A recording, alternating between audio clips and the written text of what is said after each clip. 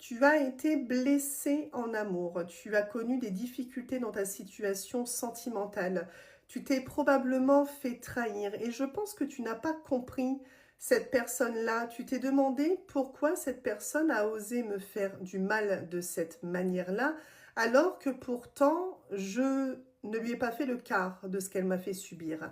Et c'est vrai que tu es très figé encore dans ce sentiment-là. Tu as du mal à avancer, tu as du mal à évoluer, tu es beaucoup dans le passé et tu as des blessures qui ne sont pas encore guéries suite à cette relation-là.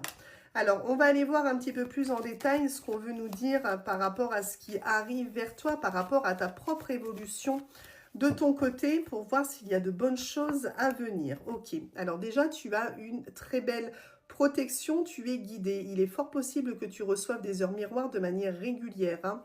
D'accord? On a envie ici de te dire que dans tes moments où tu te sens peut-être mal, dans tes moments où tu as l'impression que l'amour n'est plus fait pour toi, où tu ne feras plus de rencontres honnêtes et sincères, c'est à ce moment-là que tu vas recevoir des synchronicités pour te dire tu es dans une évolution personnelle, tu es en train de passer un cap et il y a quelque chose qui t'attend après ça. Tu vois, c'est ce qu'on me dit. Moi, je te ressens encore assez troublée par cette situation. Encore une fois, c'est le fait que tu sois figé sur ce qui s'est passé et on me dit clairement que tu as des émotions qui sont plutôt en vrac.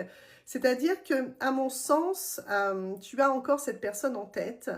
Tu aimerais quand même évoluer, toi, de ton côté. Mais c'est vrai que tu as des émotions qui vont plutôt dans tous les sens et que tu te retrouves un petit peu perturbé dans tout ça. Tu vois, oui, tu es encore assez contrarié par la situation, assez préoccupé.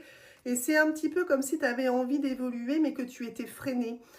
Comme si tu avais peur de nouveau d'accorder ta confiance à quelqu'un parce que là, vraiment, cette personne-là, ce qu'elle t'a fait, tu as vraiment peur qu'on te le refasse.